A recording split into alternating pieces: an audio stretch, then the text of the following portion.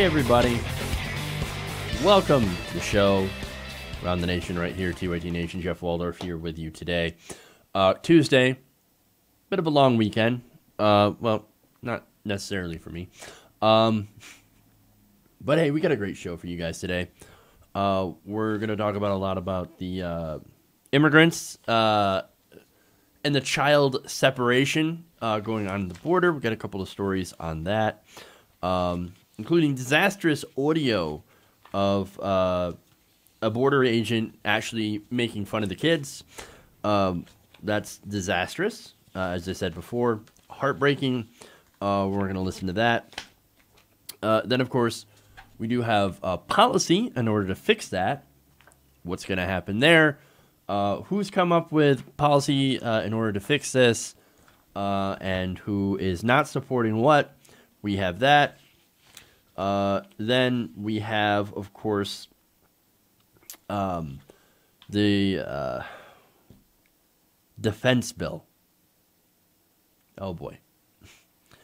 So, yeah, we have a defense bill. And we have Democrats voting for it, of course. We also have the Human Rights Council. Oh, hey, who cares about human rights, right? That apparently is our brand new position on that. And, of course, Space Force. Who doesn't love Space Force? So we'll talk about that as well. All right. So there's sort of the breakdown, what we're going to talk about today in the show. If you haven't already, please like and share. It helps out. If you want to get in touch, in contact with the show, of course, you can do so using the YouTube Super Chat. That, of course, always helps the show.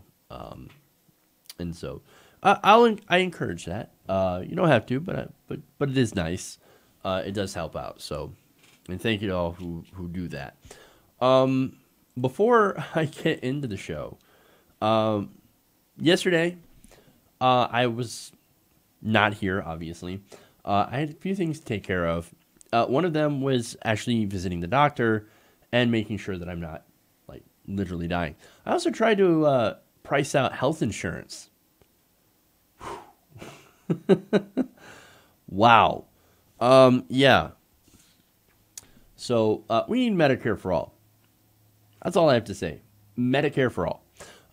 But I am healthy for the most part. And so that's good. I'll take it. I'll take it. Although I do need to go and do a little bit more exercise, but that's just my thing. All right. Anyway. So, let's get into the show.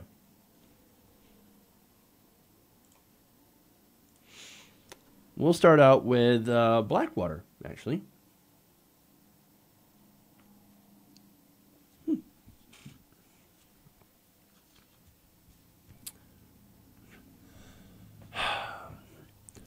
Now, Eric Prince is the founder of Blackwater. You may have recognized that name for the mercenary group, essentially, that was in Iraq that had actually killed civilians.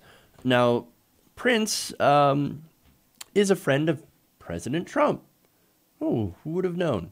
And actually arranged a meeting in the Seychelles Islands. Oh, no, well, that's very interesting. Well, that apparently caught well, not just that, but there are other things that caught the attention of Robert Mueller. And today, Eric Prince told the Daily Beast that he has been cooperating with Special Counsel Robert Mueller's probe of course, the 2016 presidential election. Now, Prince says he's been cooperating with Mueller, although he insists that his efforts to set up a back channel between the Trump transition team and the Russian government were completely legal and ethical.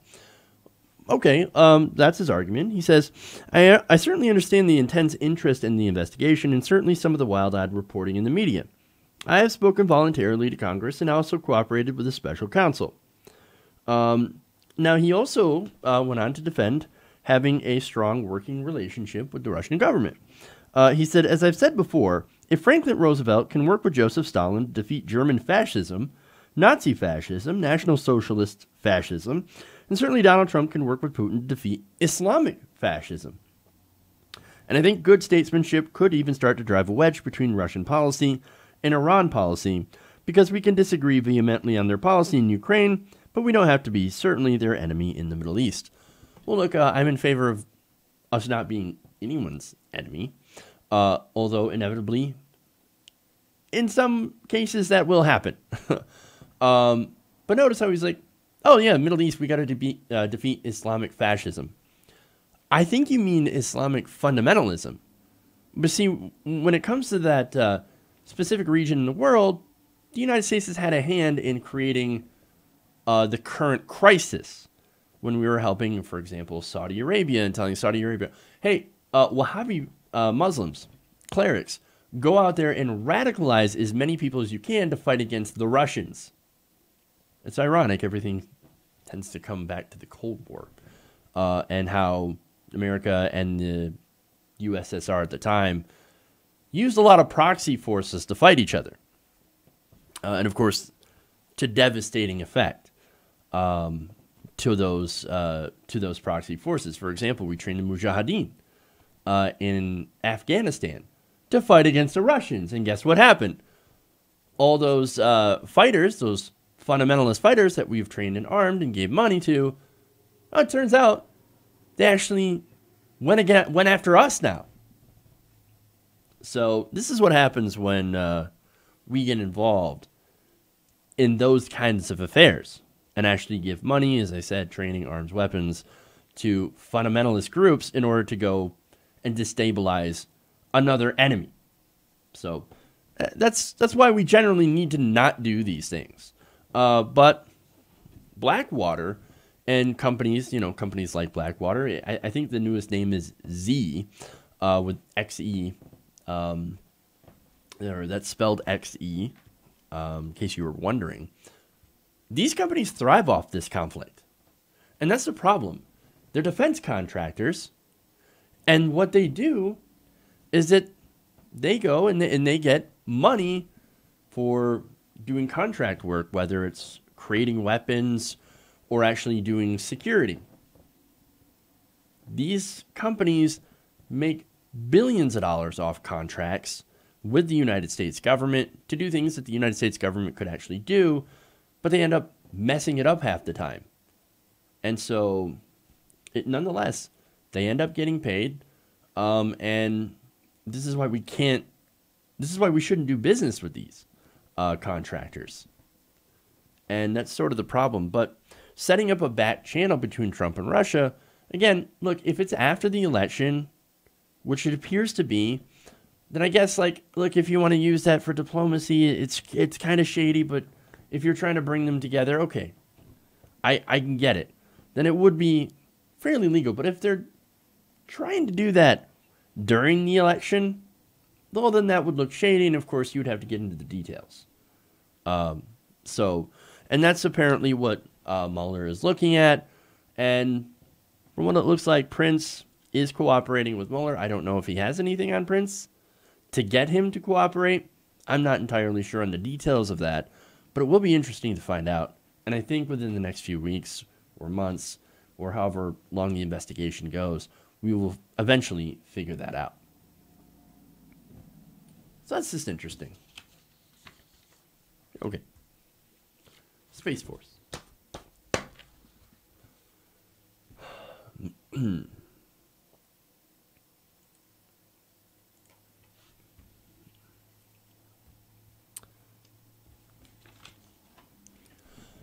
Here comes the Space Force. President Trump has ordered the creation of the Space Force to deal with things in space or something.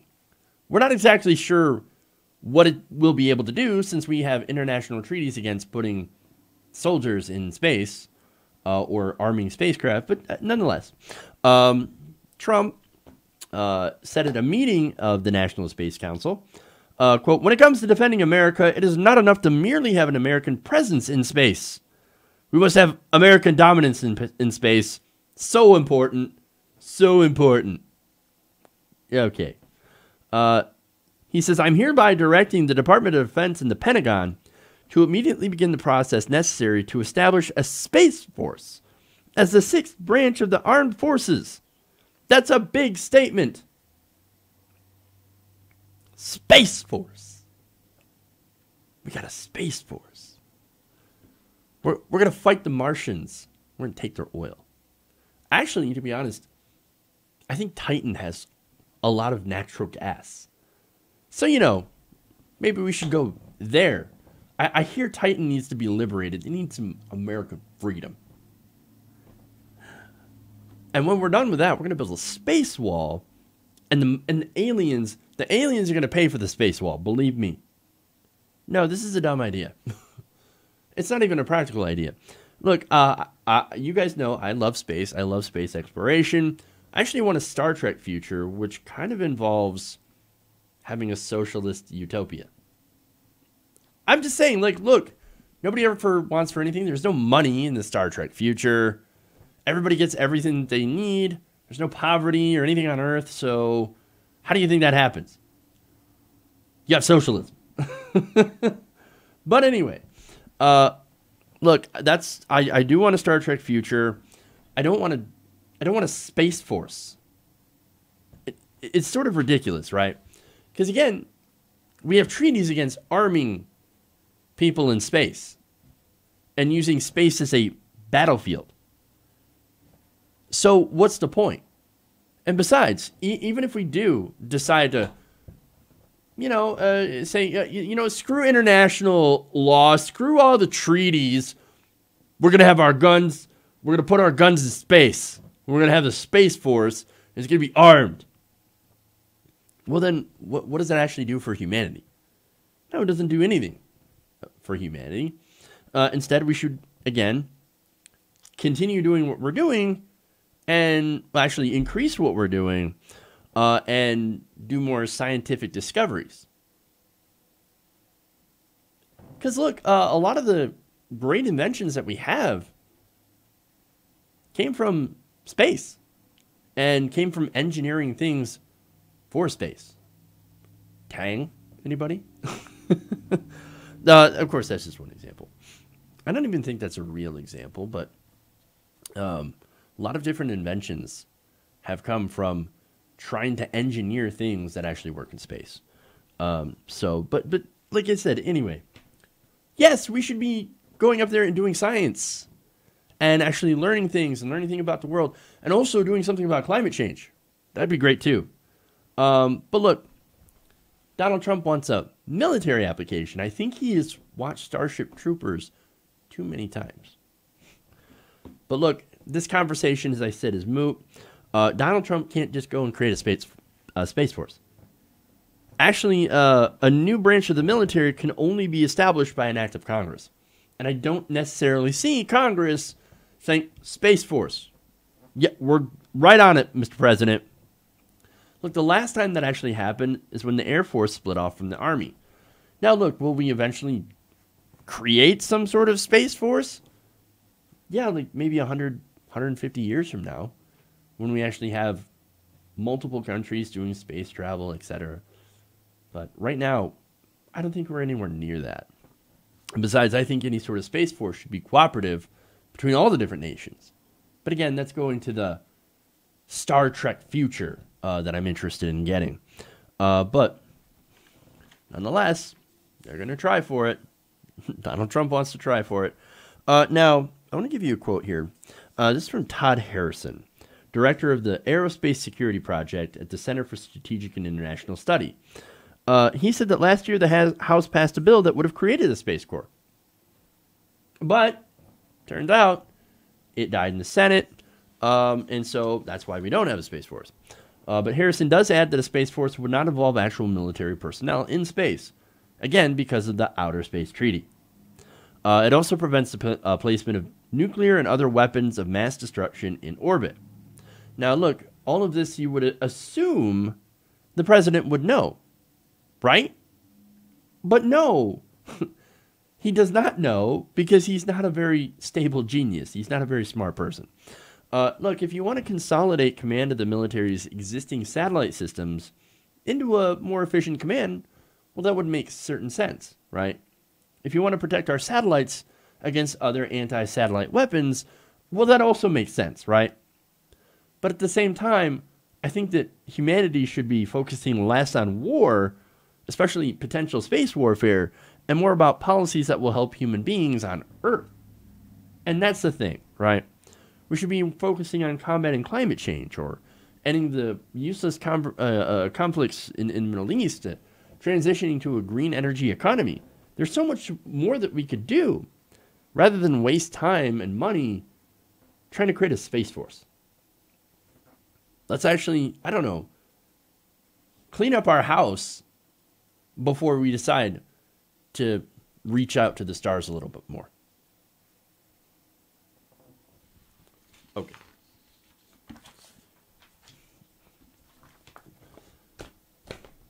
Space Force. I still like saying it, though. Space Force. Okay.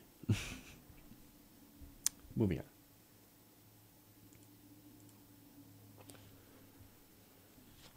All right.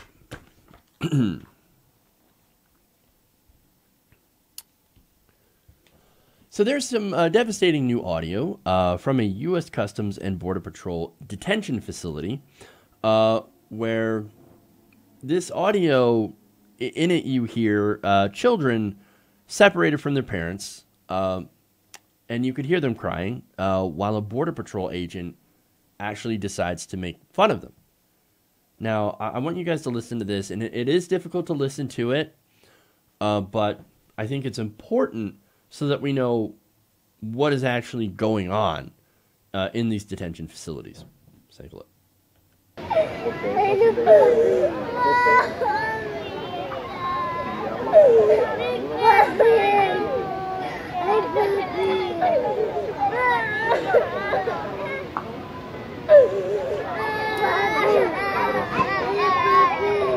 Bueno, aquí tenemos una orquesta.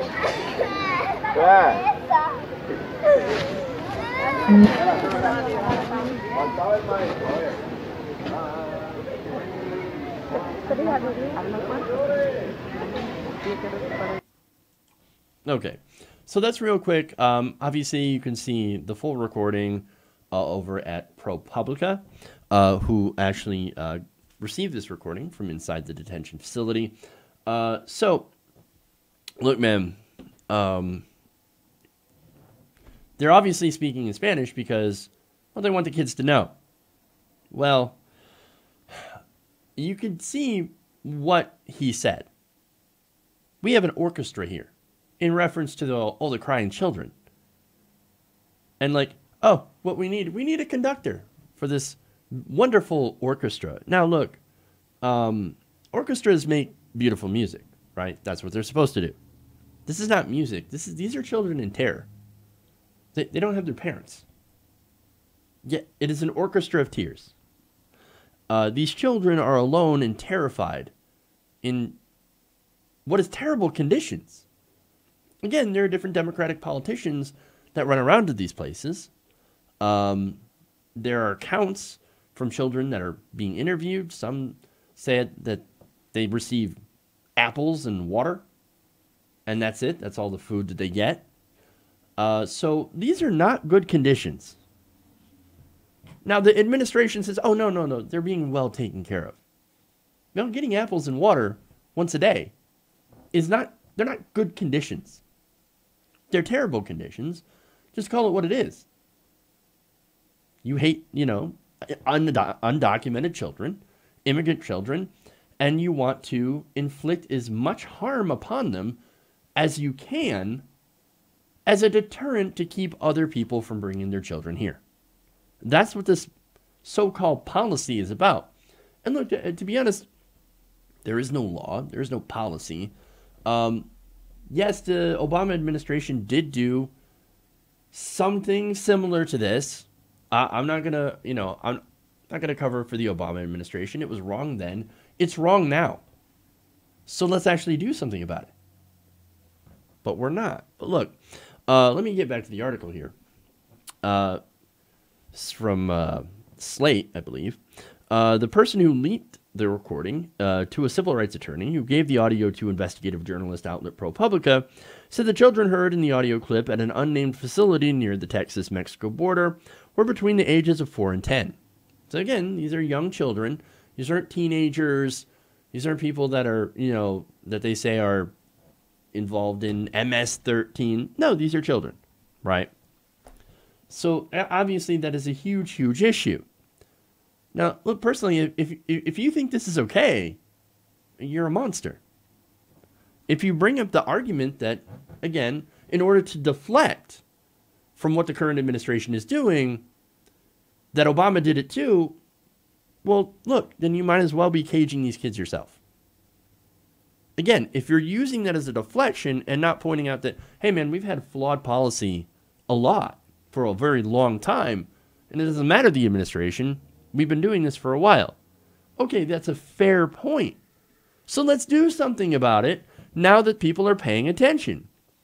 And that's one of the big problems, is that a lot of people just point that out to point that out and to say, why are you going after Trump? Why are you going after the Trump administration when Obama did it too? Well, look, it doesn't matter who's doing it. What matters is that we fucking stop it. That's what really matters to me. Now, look, one of the girls in the recording, again, you should go to ProPublica and you should listen to that. Begged her aunt, begged the officers to go stay with her aunt. She said, at least can I go with my aunt? I want her to come.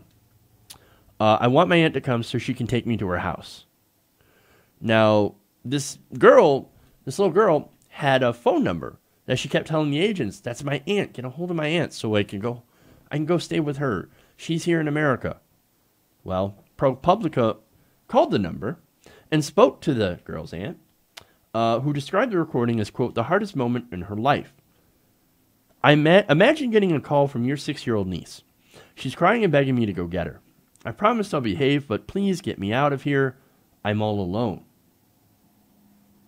Again, they're separated from older families. They're put into cages.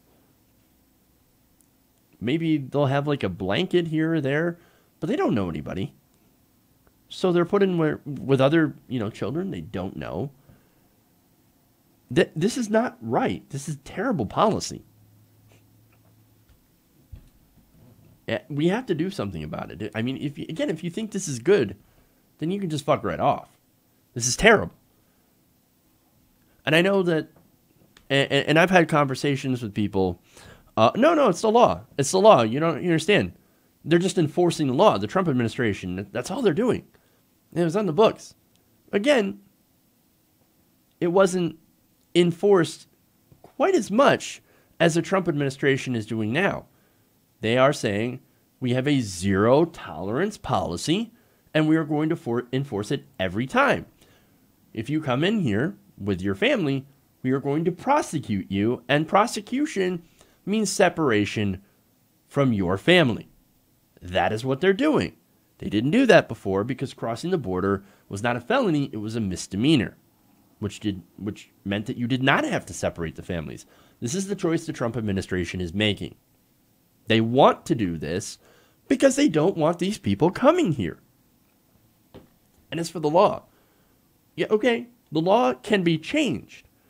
Now, thankfully, there is legislation that will change that. And besides, again, going back to, hey, Obama did it too, right? Okay, but basically, it's sort of the argument like, you're a little kid and you get in trouble for doing something wrong. You point to your little brother and say, well, he did it too. Why can't I do it? Why can't I get away with that? Nobody should get away with that. Look, at least, again, there is outrage, so we can actually go and solve the problem.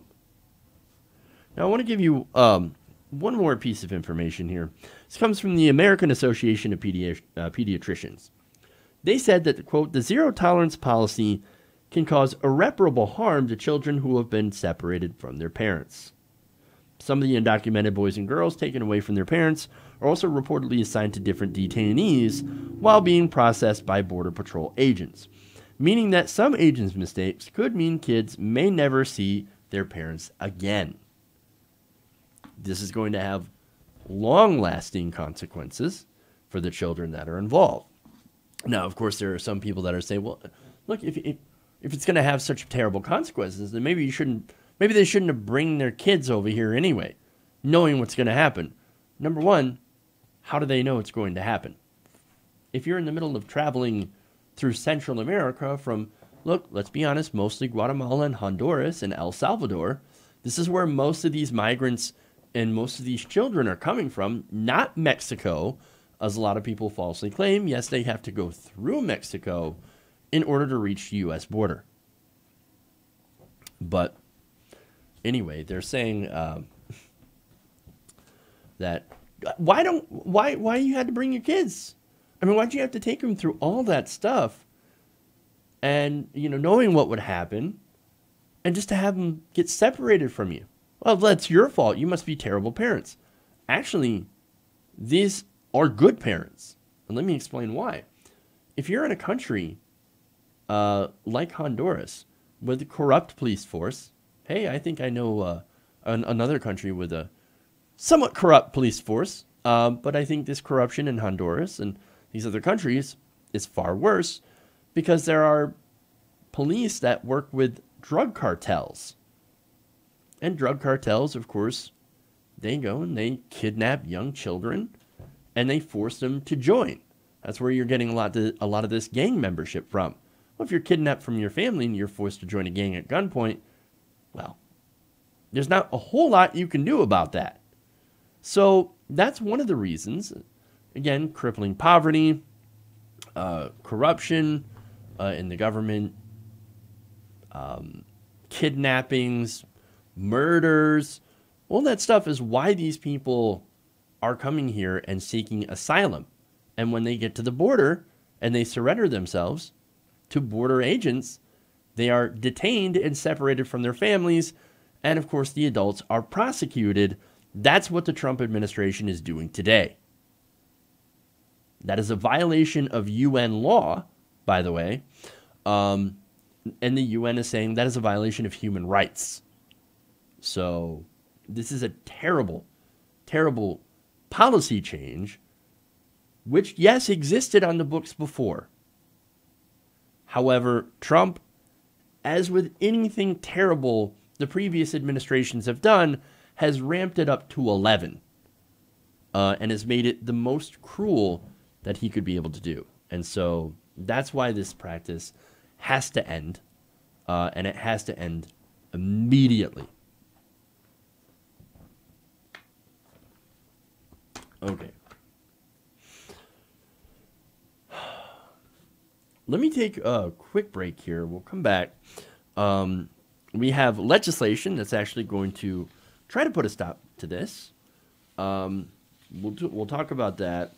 And like I said, we've got a lot more stories here, so stay right here. We'll be right back. Around the Nation.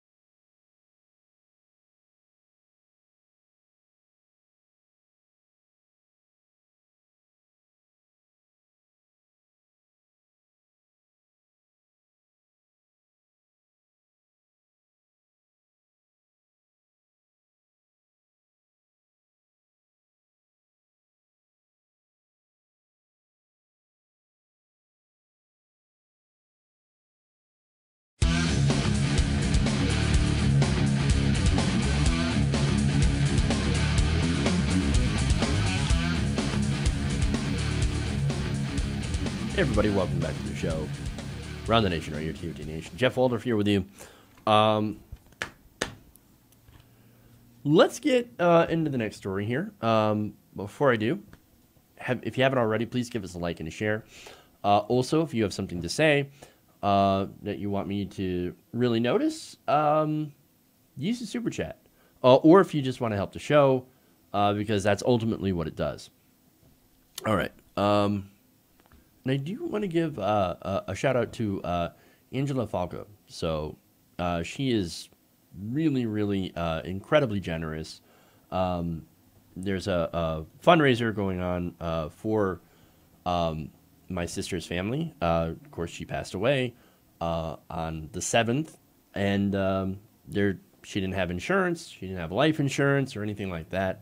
So this is kind of to go and offset some of the expenses. And Angela, of course, she immediately donated. So I just want to give her a huge shout out and a thank you for helping our family during this very, very difficult time. So thank you. I appreciate that. We all do. Okay. Anyway, so let's get into the rest of the stories here. Also, Space Force. Sorry, I can't help myself.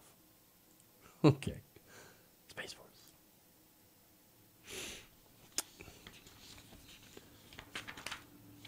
Okay, and yeah.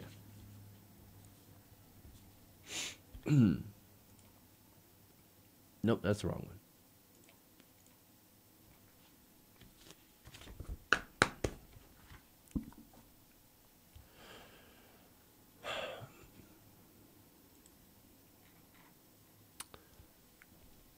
So President Trump has been taking a lot of heat from his administration's zero-tolerance policy at the border. Now, that policy has led to more families being separated at the border, which leads to, of course, videos and audio of children that are desperately begging for their families, to see their families, and, of course, being held in conditions that are not very good.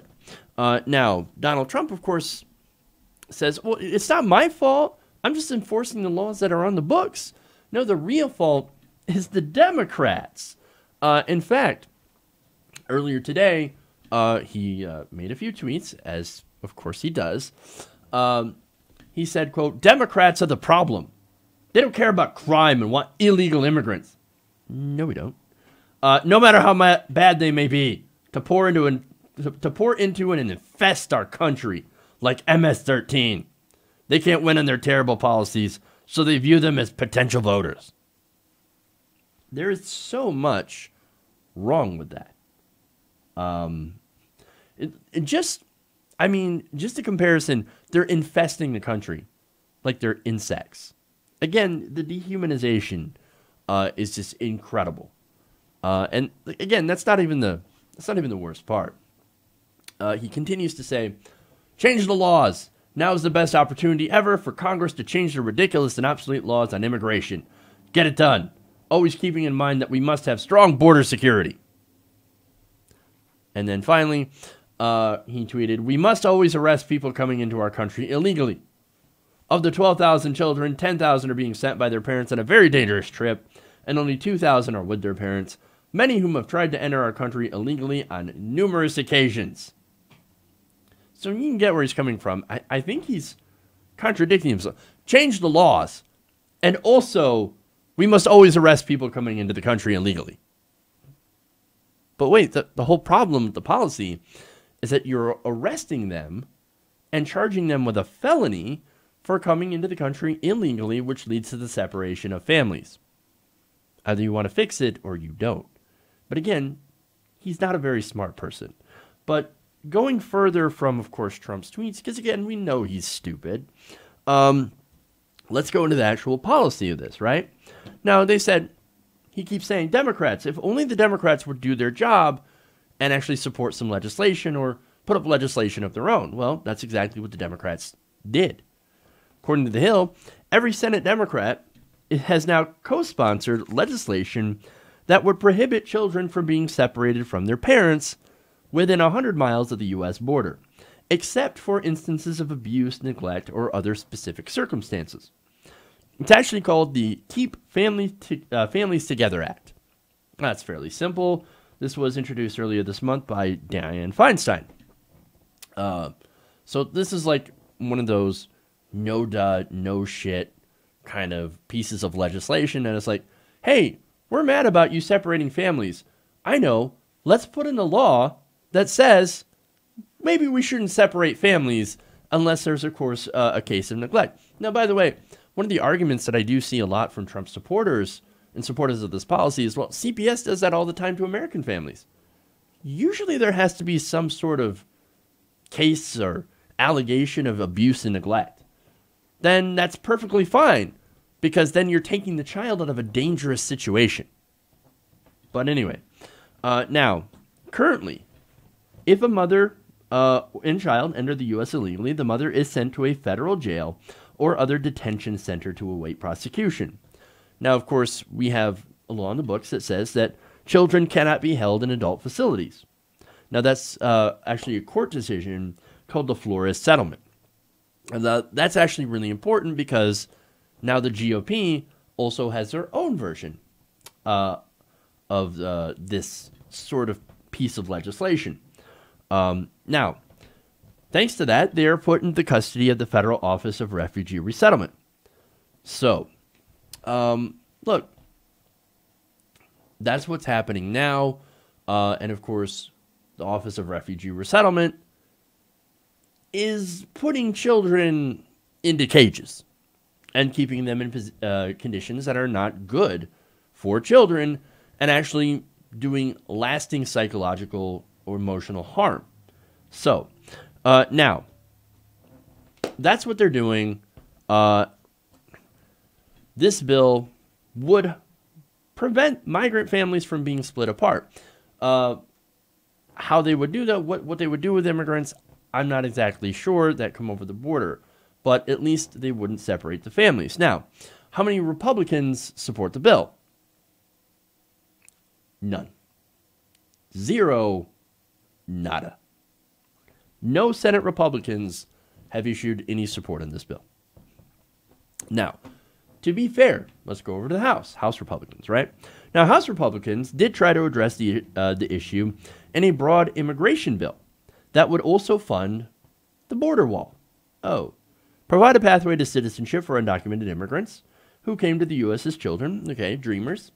I'm in favor of a pathway to citizenship that is fair, that is not overly punitive, that makes sure that people come here, they already pay taxes, get an education, work, etc. Yeah, I'm actually in support of something like that. A pathway to citizenship that is fair and that is timely. I'd say maybe within 5 to 10 years, pathway to citizenship. You follow the rules, you don't commit violent crime, etc., right? Now, the GOP plan, from what I remember, is actually far more draconian than that. So Democrats were like, no, we're not going to work with you on this unless you scale back. And besides, we're not going to give you money for that stupid wall. Now, in this also, Republicans wanted to end the diversity visa lottery program and limit family-based migration. So, in total, we're going to make sure we don't separate kids from their families at the border. But in return, we want to limit legal immigration. We want to cut legal immigration by half. Well, Democrats obviously did not go for that, and that's good because they were actually strong on that position. Now,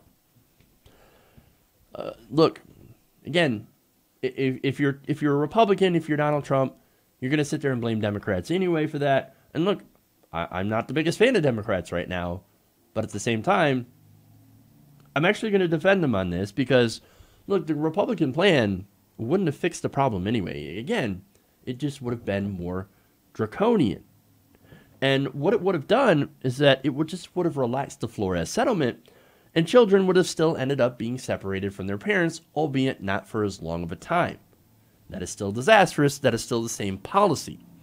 So Democrats and Republicans, for the most part, they're not on the same page. Now, I do, ironically, have to give some credit to a Republican, somebody that I actually don't get along with, somebody that I don't agree with at all. Ted Cruz. Who saw that twisty twist, right? But let's get into it. Now, Axios reported earlier today that Cruz will be introducing something called the Protect Kids and Parents Act this week. Well, isn't that interesting? Now, let me get into the details, because, again, the devil is often in the details. He says, it says that the bill would outlaw the separation of families who cross the border illegally unless there is aggravated criminal activity or potential harm to the child. Well, that makes sense. Now, there is more. Excuse me. This would also double the number of immigration judges at the border. Okay. Authorize new shelters for families, and speed up the asylum adjudication process. Now, most of these children are asylum seekers, so that would actually speed up the process, and that's a good thing. So, look, this is not a bad bill, but nonetheless, the Democrats also have a very simple piece of legislation. Why is Ted Cruz not signing on to that as well? I realize he has his own piece of legislation, and yes, it is decent for what we know about it, but at the same time, it is kind of strange how both are, and look, we can understand Ted Cruz. This is politically motivated. He is right now in the middle of a primary against Beto O'Rourke. Beto O'Rourke is actually outraising Ted Cruz significantly. So Texas is more of a battleground than you think. So there's a very good chance that, again, this is politically motivated. But at the end of the day, if we get the right policy, I don't care why somebody introduces it. But if Cruz is serious, then he would also sign on to the Democratic-led effort led by, again, somebody that I'm not a big fan of, Dianne Feinstein. So I don't care who gets credit for the legislation. I just want the legislation. I just want something to get passed that is decent, something that actually stops this practice and doesn't go full punitive on immigrants or doesn't take any away from anywhere else. So that's what I'm hoping for. I'm hoping they can at least get together to sign one of these pieces of legislation and end this barbaric practice. Okay.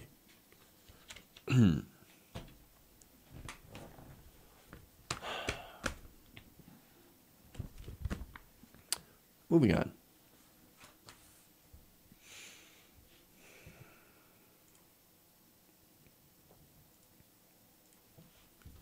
Space Force. I probably should have done this at the beginning, but I want to have a little fun after these depressing stories. Okay.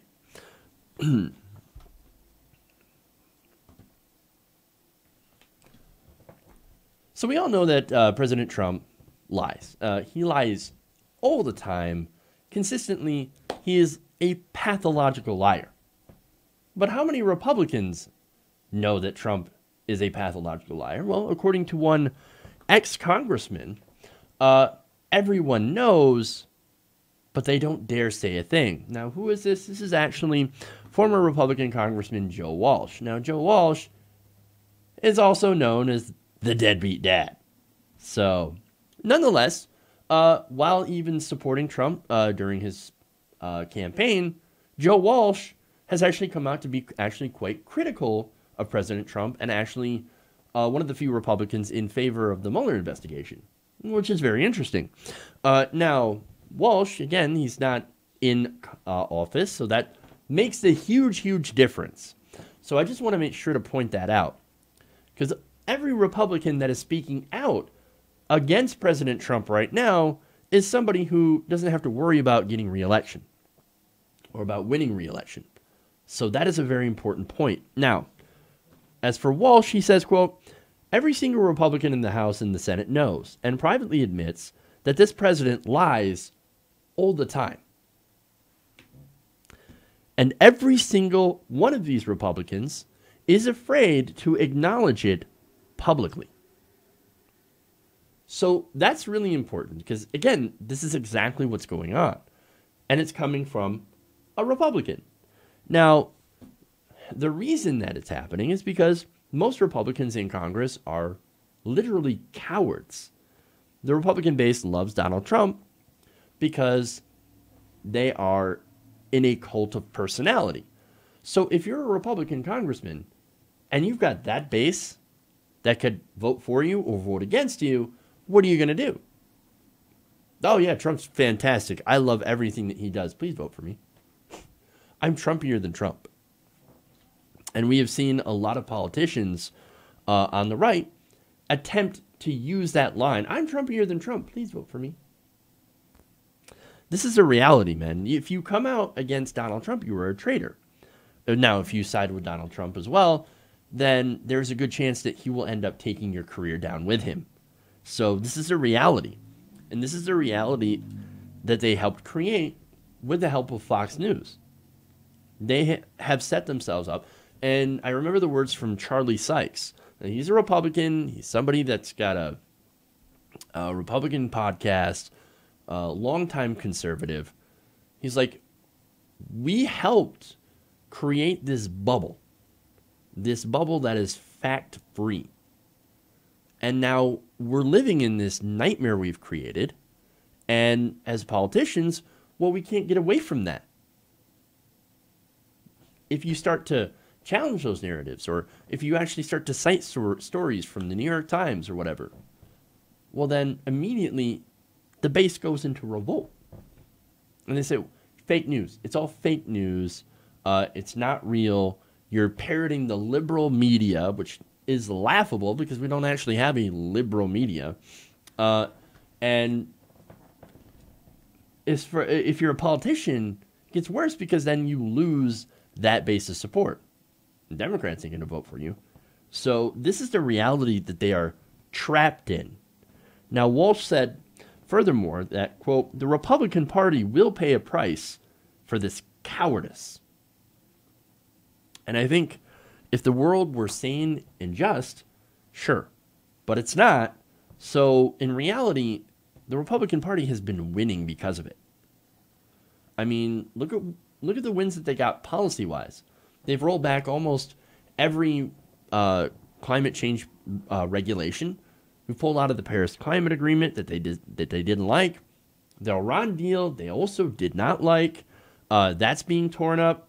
They also got giant tax cuts for the rich, for their donors. They're getting the policies that they've always dreamed of. And they won't vote against those policies. And it's another reason why they won't speak up. And of course, as I said before, they're afraid to speak up because then their base will revolt against them and they'll vote for somebody even more extreme, even if they end up losing in the general election. Look, I think the only way to beat this is to run populist left. And I say this all the time. We need to fight with actual populism on policies that are really, really popular. For example, Medicare for All polls over 60%, 69% with millennials, millennial voters. Overall, the country is ready for single payer, for Medicare for All, which are the same thing, in case some people might not know the difference. Because certainly the Democratic Party has not come out to make sure that everybody does know that they are the same thing. In fact, the Democratic Party leadership continues to not run on populism. They continue to run on Trump is bad. The recent Joe Crowley-Alexandria Ocasio-Cortez debate showed you that. Here you had a progressive that says, I'm running for Medicare for all, I'm running for free college, I'm running for all these progressive priorities. And what is Joe Crowley running on? We need to oppose Trump. Well, that's not going to win an election. You're not going to get to the core of the issues that are affecting voters by just saying, this guy's bad. And unfortunately, as I said before, This is where the Democratic Party is headed. That is how you lose. Now, for the Republicans, they may not live in reality, but if they continue to go down this route, and the Democrats continue to go down their route, the Republicans still have wins in store. And that is very disastrous for the rest of the country. Okay. I'm going to take a quick break here. We'll come back. We got more show for you later. Stay right here.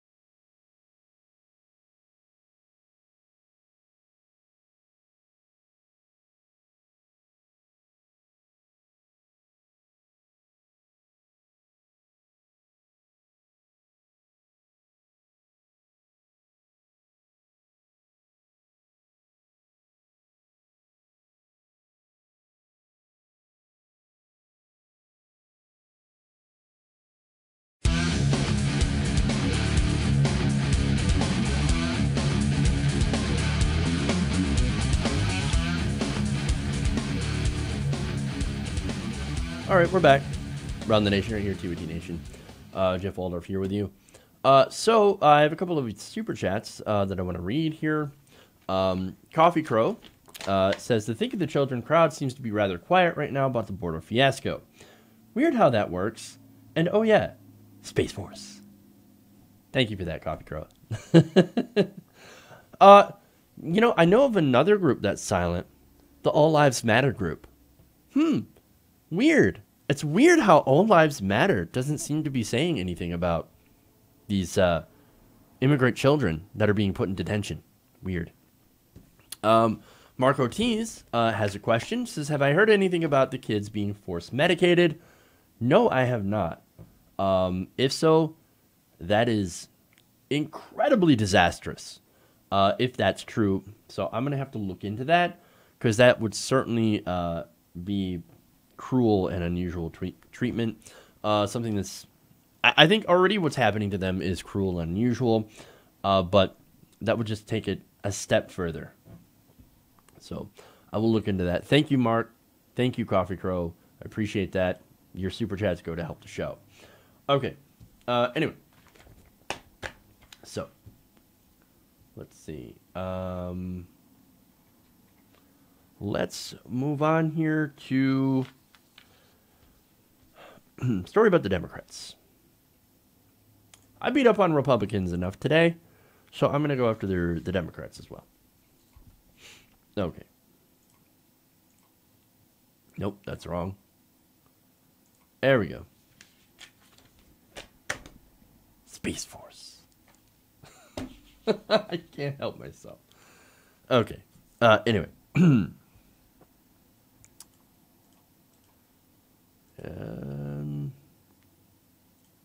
do this.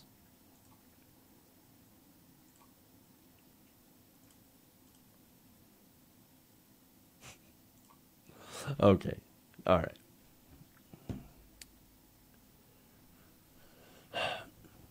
So while Democrats are making a big deal about resisting Donald Trump, I mean, that's the hashtag resistance, right?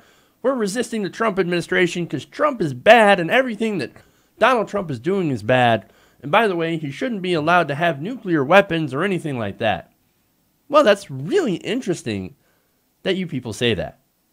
Because now we had a recent vote where President Trump was given not only more money for the military-industrial complex, which a lot of resistors argue that he shouldn't have access to, and even more money to expand our nuclear arsenal. Get the details here from Common Dreams. They said that 38 Democrats and Senator Angus King joined nearly every Senate Republican on Monday to pass a $716 billion defense bill that boosts military spending by over $80 billion and authorizes another $21.6 billion for nuclear weapons. Huh. Well then. Now, both Democrats joined together in a 85-10 vote to affirm that we should, yes, give more money to the military and we should give more money and power to President Donald Trump. Well, that's wonderful. Now, this is the 2019 Defense Authorization Act. And of course, I've been against the NDA for years because we don't need it. We don't need the NDAA. All it is that it's just more and more money given to the defense contractors, to the military-industrial complex to continue bombing brown people in other countries. I don't agree with that. I think that's disastrous policy, and I think that, again, I don't just think we give more money to the military than every other country, nearly every other industrialized country combined. Now, the problem with that, again, is that creates militarism. When every problem, when you're a hammer, as what we have made our military into being, then every problem looks like a nail. And so in every situation, we consider, well, are we going to invade this, or are we going to go to war with that, or are we going to launch drone strikes against this? Missile strikes against Syria is a great example, which is something that both Hillary Clinton and Donald Trump had talked about. Only Donald Trump had the opportunity to do it, and he did it. So we launched missiles against Syria, which is terrible policy because it didn't actually do anything.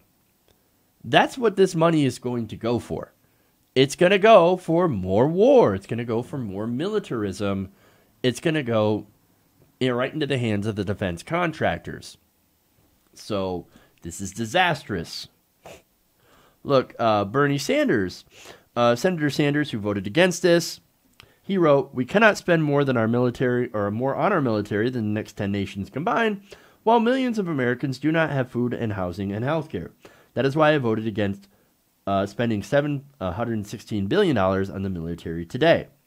Now, joining Sanders were, ironically, Senator Dianne Feinstein. Well, that's great. Thanks for your non-vote. Kirsten Gillibrand, Kamala Harris, Mike Lee, Ed Markey, Jeff Merkley, Rand Paul is a Republican. Mike Lee is also a Republican. Elizabeth Warren, and Ron Wyden. So they all voted against this piece of legislation. However, you had, and I'm going to go down the list here, of the Democrats who decided that militarism and war is awesome. You have Tammy Baldwin, Michael Bennett, Richard Blumenthal, Cory Booker, Sherrod Brown, Maria Cantwell, Ben Cardin, Tom Carper, Bob Casey, Chris Coons, Catherine Cortez Masto, Joe Donnelly, Dick Durbin, Martin Heinrich, Heidi Heitkamp, Mazie Hirono, Doug Jones. Hey, isn't it great that we got Doug Jones in Alabama, who is marginally better than a child predator? Tim Kaine, Amy Klobuchar, Patrick Leahy, Joe Manchin, of course, Claire McCaskill, Bob Menendez, Chris Murphy, Patty Murray, Maggie Hassan, Bill Nelson, Gary Peters, Jack Reed, Brian Schatz, Chuck Schumer, Tina Smith, Dabby Stabenow, John Tester, Tom Udall, Chris Van Hollen, Mark Warner, and Sheldon Whitehouse. Now, the reason that I am saying their names is because they belong on the wall of shame. Shame, shame, shame for voting to increase more money to the defense bill budget through this defense bill, and giving President Trump, the very person that you criticize, oh, this person should not be the president, he should not have nuclear weapons, you gave him $21.6 billion to expand nuclear weapons. This is the resistance, folks. This is the you can't be a member of the resistance and then give Donald Trump everything he asked for. That's not how this shit works. But this is what they're doing. You are, by working with the Republicans, you are giving them everything that they want policy-wise.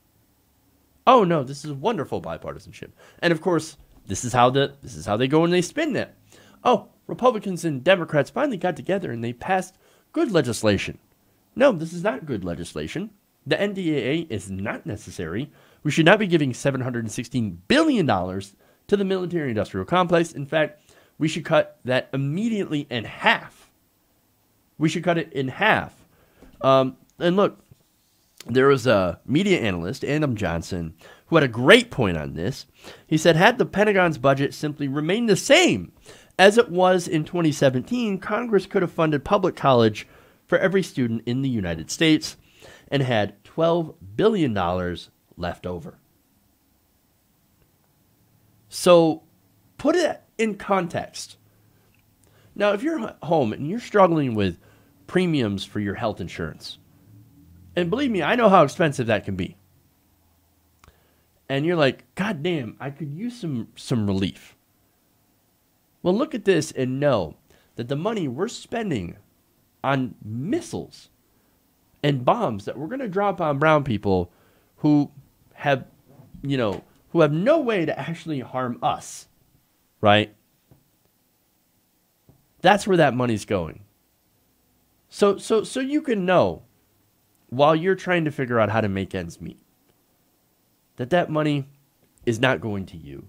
It's going into the pockets of a defense contractor. I hope it makes you feel good at night. Look, again, we're wasting so much money on the military, and for what? And for what, right? Our own people don't even have clean water. Flint still doesn't have clean water. It's gross. And the Democrats, look, the Republicans, we expect this because Republicans love war. But the Democrats, 38 Democrats, you should be ashamed of yourselves. And if they're not ashamed of themselves, then we should shame them and show them that we're not going to support endless war. We're not going to support your endless militarism. We're not going to support your support of the Trump administration that you claim is so bad. Oh, resist, resist, resist. We have to resist everything that Trump is doing, except when we give him more money for the military. Bunch of goddamn hypocrites. We should not support these Democrats. This is why blue no matter who is bullshit. This is the best example that you can have. Combine that with Wall Street deregulation and all the other things that they have worked with Donald Trump on. They do not deserve our support, and they don't deserve our votes. Let's vote for progressives. Let's vote for something different. Let's replace these corporate neoliberal warmongers. Okay.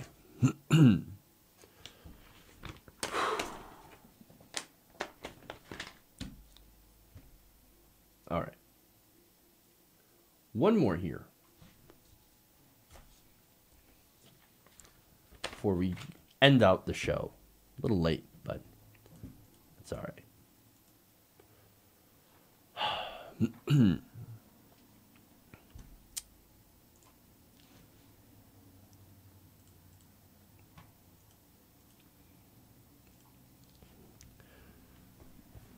Now, the Trump administration is planning to announce later today that it is pulling out of the United Nations Human Rights Council. So the United States will no longer be part of the Human Rights Council in the United Nations. This is us saying, oh, human rights. No, we don't care about human rights.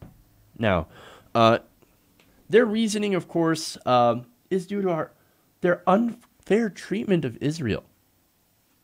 Apparently, a source told Reuters that the move would be imminent, and again, it is expected that later today they will make an official announcement. Now, this decision, of course, comes because of Israel and their treatment of protesters in Gaza. The U.S. ambassador to the UN, Nikki Haley, has clashed with the council over its treatment of Israel and has repeatedly voted against UN measures that were critical of the country. Now, look, I believe that right now Israel is in the grips of a right-wing government. I don't believe it. They are in the grips of a right-wing government. I think a lot of Israelis don't exactly agree with the stances of their government. Now, there are, of course, a lot that do, sadly enough. But the problem here, of course, is the right wing. And look, you could argue that the problem also exists on the Palestinian side of their right-wing leaders, Hamas. So there are problems, again, on both sides. But if you think both sides are equal when it comes to the ability to damage each other, well, then you are wrong. This is not symmetrical warfare. This is asymmetrical. And that's what's going on here. For example, I believe Hamas, the worst that they could do, maybe launch a few missiles here and there, which is, again, it's terrible. But most of the time, they either miss, or if they, again, the warfare here, again, is not symmetrical, because what you have on the Palestinian side is, yes, every once in a while they'll shoot a missile, but also send over a flaming balloon. Well, the Israelis, they have Iron Dome, which again is funded by the United States. By the way, we funded the Iron Dome program, and we give a lot of money to Israel. In fact, Israel cannot find a more staunch ally than the United States. So much so that we're going to pull out of the Human Rights Council for the UN, criticizing them for legitimate issues. Again, their treatment of protesters in Gaza, which at the least can be said to be heavy-handed. Now, the ambassador, as I said before, she said that the UN has voted too many times on pieces critical of Israel, and the U.S. and Australia were the only two members to vote against a proposal to investigate Israel's alleged use of excessive force in Gaza in the protests. Now, look, that boggles my mind. I don't quite understand that, because an investigation would reveal the truth. Now, if there were members of Hamas among the crowd and they were doing things that put Israeli soldiers in danger at the border, and well, then we should know about that. I mean, that would make sense, right? And that would actually bolster Israel's case. So why would they not want an investigation? Now, look, Israel claims that their people, that the people who were killed by their snipers were putting Israel in danger. Okay, investigate. Oh, you don't want an investigation. I wonder why you don't want an investigation. It's very curious. Now, Haley and many right-wingers also claim that the council has a chronic anti-Israel bias. She said in a Washington Post op-ed last June, when the council passes more than 70 resolutions against Israel, a country with a strong human rights record, and just 7 resolutions against Iran, a country with an abysmal human rights record, you know something is seriously wrong. Okay, so I have a problem with that, just because, well, for one, how much do we know about the abuses going on in Iran? It's not like there is an open country like Israel. We don't have the best access to Iran because we're technically enemies of Iran.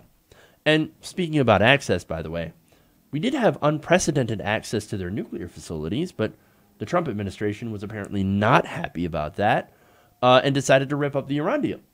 Wonderful. But the point is, yes, they probably had a lot more human rights abuses, But how are we supposed to condemn them if we don't know about them? That explains why there are 70, whereas Israel, it's actually more plain to see. So yes, they can go after Israel and they can say, yes, we found 70 human rights abuses, as opposed to Iran's 7. And look, Saudi Arabia also has human rights abuses. But then again, we don't exactly know because we're not in those countries. We're not really seeing all those abuses. So anyway, look, what we know about Israel and Gaza is we can see what they're doing. We can see that they have turned Gaza into an open-air prison. That is a problem. That is very problematic. What we need to solve that problem. That's the whole point of doing resolutions condemning Israel, saying that maybe you should change your practices. Maybe you should allow Palestine to apply for statehood. Again, the United States is one of the only countries that vetoed that resolution. We're not interested in allowing Palestine to have a separate state. But what we need to fix this is a two-state solution. Now, as much as her earlier statements were wrong, Nikki Haley did say something that was interesting. Haley has also called on for making it easier to expel member states with poor human rights records. Now, she specifically pointed out Venezuela, China, and Saudi Arabia. Look, Saudi Arabia, definitely. China, definitely consider. Venezuela, well, I mean, Venezuela, you look at what's happening there, that's partly our fault. Crippling sanctions and etc. So nonetheless, look, you want to expel states with poor human rights records? You might want to expel the United States first. Because again, the UN just recently denounced the United States for what we're doing to migrant families, separating the families, and prosecuting parents for crossing the border. So we might end up having to go first if this gets approved. So, but look, Israel, obviously, they need to stop building illegal settlements. They need to stop occupying certain areas, or at least make life a little bit easier for the Palestinians that are living there, and stop doing their human rights abuses. The United States needs to stop doing our human rights abuses, and that's pretty much it. I mean, we've got to clean up our own house, and pulling out of the Human Rights Council. Look, that also hurts Israel. If you do actually care a lot about Israel, well, if the United States pulls out, then the United States can't go and defend Israel. So there is that angle too, if you're thinking about that. But I just think it's a bad idea altogether, what we're doing, and we shouldn't be doing it. But again, that is the Trump administration making enemies out of our allies, and making sure that we are isolated on the world stage. And that is never a good thing.